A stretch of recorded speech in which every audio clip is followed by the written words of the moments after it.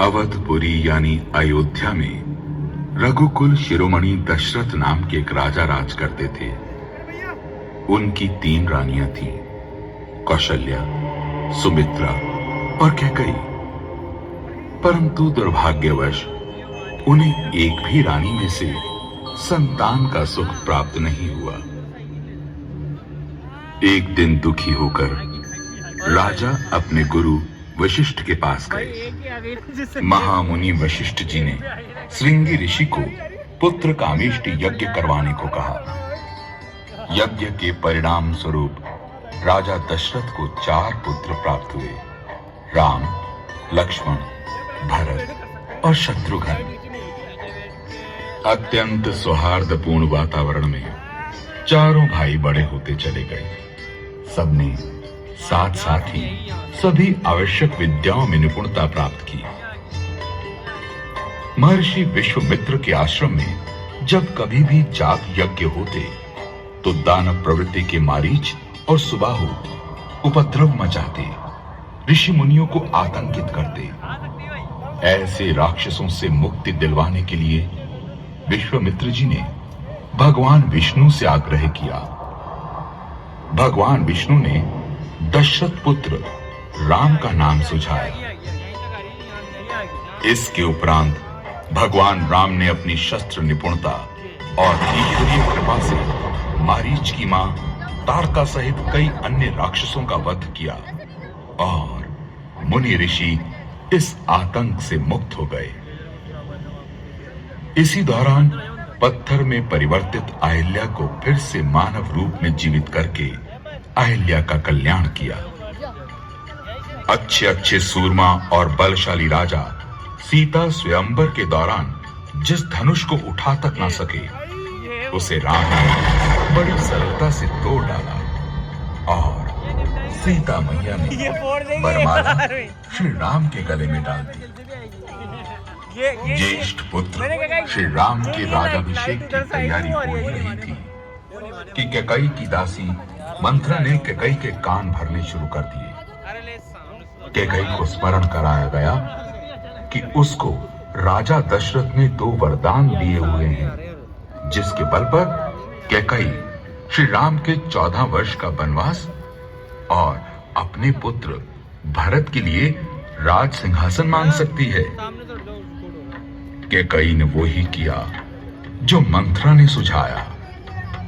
लाचार पिता दशरथ के इस आदेश को जहां भगवान राम ने खुशी खुशी स्वीकार किया, वहीं अनुज लक्ष्मण और सीता माता ने श्री राम के साथ वनवास काटने का प्रण किया। मानवता की रक्षा हेतु मार्ग में कई राक्षसों का संहार करते हुए तीनों पहुंचे पंचवटी। राम और लक्ष्मण की सुंदरता पर मोहित शूर्पणखा ने दोनों के समक्ष विवाह का प्रस्ताव रखा। दोनों भाइयों द्वारा अस्वीकार करने पर शूर्पणखा ने अपने असली राक्षसी रूप को दर्शाया, जिसके फलस्वरूप लक्ष्मण ने उसकी नाक काट डाली। शूर्पणखा ने रोते चिल्लाते रावण के सामने अपना दुखड़ा सुनाया और अपमान का बदला लेने के लिए रावण को भड़काना शुरू कर दिया। क्रोधित रावण ने सीता हरण की योजना बना डाली। रावण ने मारीच को कपट मृग का रूप धारण करने का आदेश दिया। सुनहरा शरीर, मणि सरीखी आंखें, अत्यंत सुंदर मृग पहुंचा सीता मैया की कुटिया के पास। मां सीता उसके आकर्षण से इतनी प्रभावित हुई कि उन्होंने श्री राम को उस मृग को लाने का आग्रह किया। राम चल पड़े मृग के पीछे पीछे।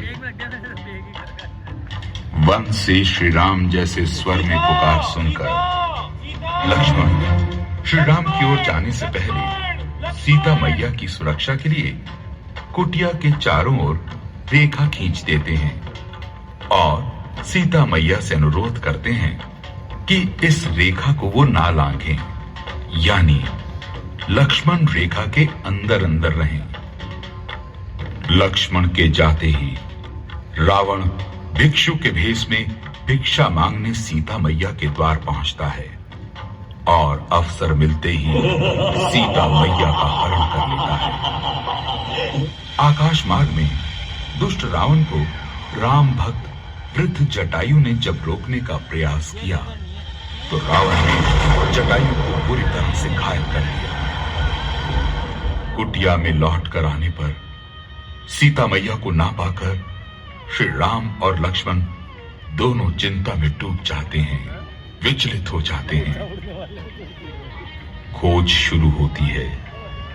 खोज करते करते राह में जटायु ने दोनों भाइयों को रावण के दुष्कर्म के बारे में बताया।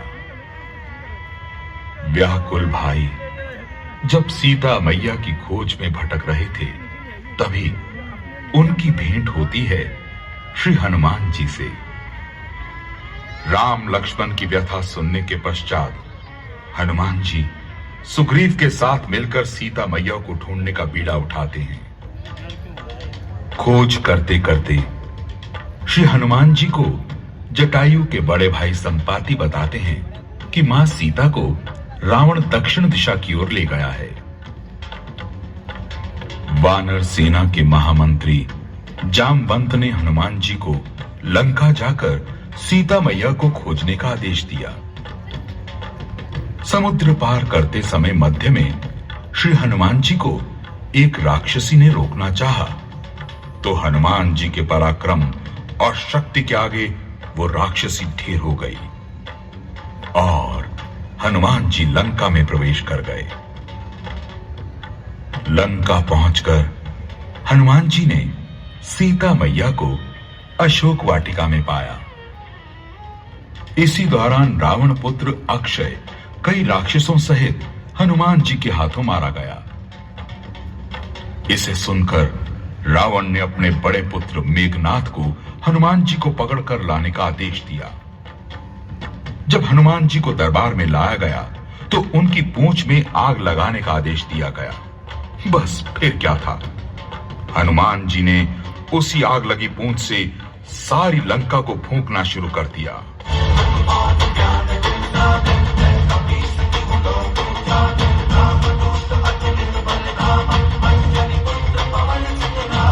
फिर श्री हनुमान सीता मैया से निशानी के तौर पर चूड़ामणि लेकर श्री राम तक पहुंचे और सारा विवरण जा सुनाया। इधर राम लक्ष्मण हनुमान सुग्रीव और वानर सेना युद्ध की तैयारी में जुटे हुए थे। दूसरी ओर लंका दहन से सारे राक्षस भयभीत थे।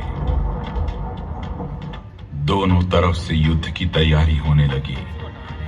रावण के भाई विभीषण ने रावण को कई प्रकार से समझाया बुझाया कि प्रभु राम भगवान हैं जो मनुष्य के रूप में प्रकट हुए हैं। उनका विरोध छोड़ दो और सीता माता को सम्मान सहित लौटा दो। रावण ने विभीषण का अपमान कर उसे अपने राजभवन से निकाल दिया। विभीषण श्री राम का दर्शन लाभ लेने के लिए राम के शिविर में आ गए, जहां राम ने उसे स्वीकार कर उसका राज्याभिषेक कर उसका राज तिलक कर दिया। लंका तक समुद्र मार्ग से जाने के लिए जामवंत ने नल और नील को बुलाकर पुल का निर्माण शुरू करवा दिया। ये मार दूं, ये आगे जा, ये कैसे?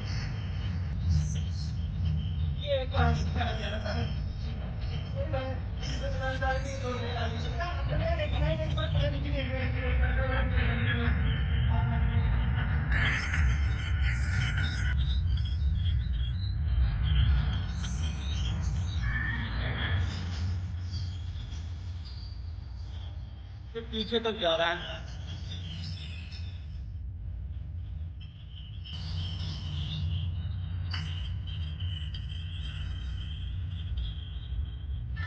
सेतु तैयार हो गया। श्री राम की सेना युद्ध के प्रस्थान को चल पड़ी। लंका के किलों के चारों ओर के दरवाजों पर वानर भालू की सेना ने आक्रमण कर दिया। वानरों के झुंड राक्षस योद्धाओं के समूहों को मसलने लगे। इधर लक्ष्मण मेघनाथ की ओर बढ़े। मेघनाथ ने घबराकर वीर घातनी शक्ति चलाई जो लक्ष्मण की छाती में लगी और वो मूर्छित होकर पड़े। हनुमान जी उन्हें उठाकर शिविर में ले आए। जामवंत के कहने पर लंका के वैद्य सुषेण को बुलाया गया। उन्होंने पर्वत और औषध का नाम बताकर हनुमान को उन्हें लाने के लिए भेजा। वो पर्वत पर पहुंचे, किंतु औषध ना पहचान पाने पर पूरा पर्वत उठा लाए। जय श्री राम।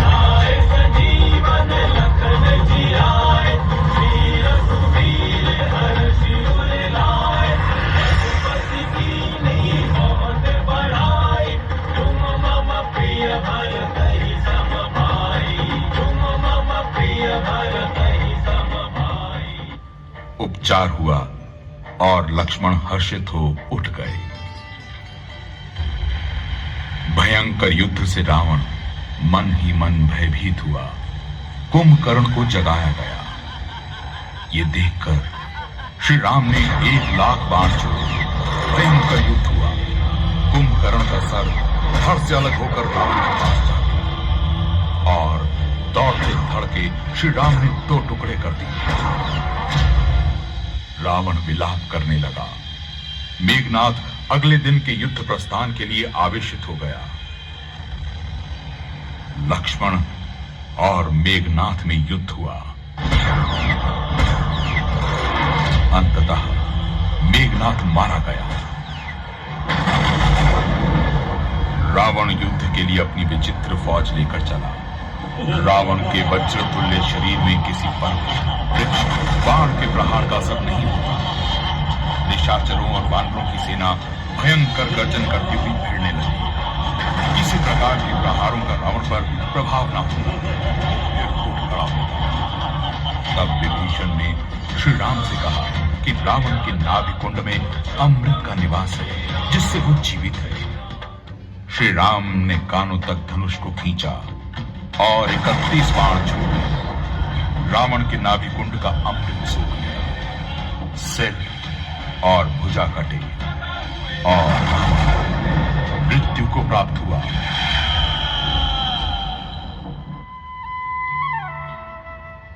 और फिर राम और सीता का मिलन हुआ।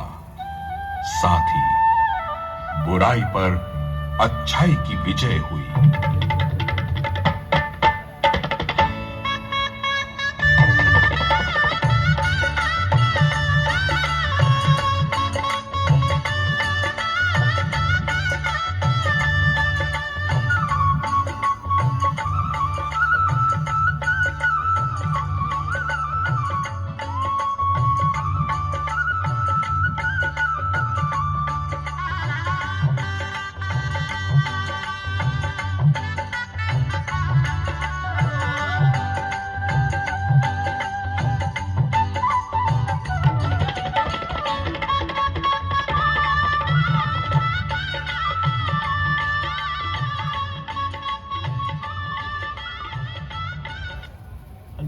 अपने दोनों हाथ ऊपर उठाइए, दोनों हाथ ऊपर सबके।